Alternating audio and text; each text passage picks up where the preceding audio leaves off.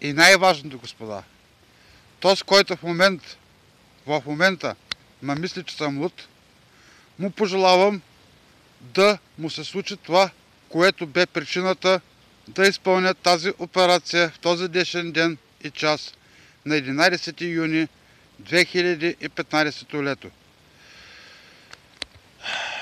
Да ми извинят онези, които ме познават. Те може би ме знаят земната моя страна, но аз тук разкривам и моята вътрешна страна. Моето 47 годишно озлобление срещу това тъпо общество, като за начало комунистическа България, както и след това по време на промените на хищна капиталистическа България.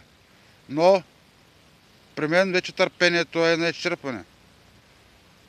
Искам пак да заявя, че този, който в този момент ме мисли, че съм луд, нека да ми направи един тест и ще го мина поне трикратно по точки.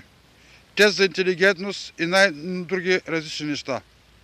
Също така, ако някой психиатър ме види, да не бърза да дава диагноза. Просто аз решавам какъв да бъда в този днешен ден и час. Според това, което се случва от този момент нататък с мене, това ще бъде и моето поведение. Това е.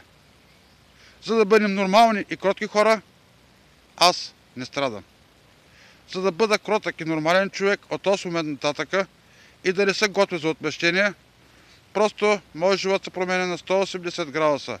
И нека в този момент Господ знае, че когато дойде наистина денят, в който ще изперкам, че изобщо нищо няма да може да ме спре.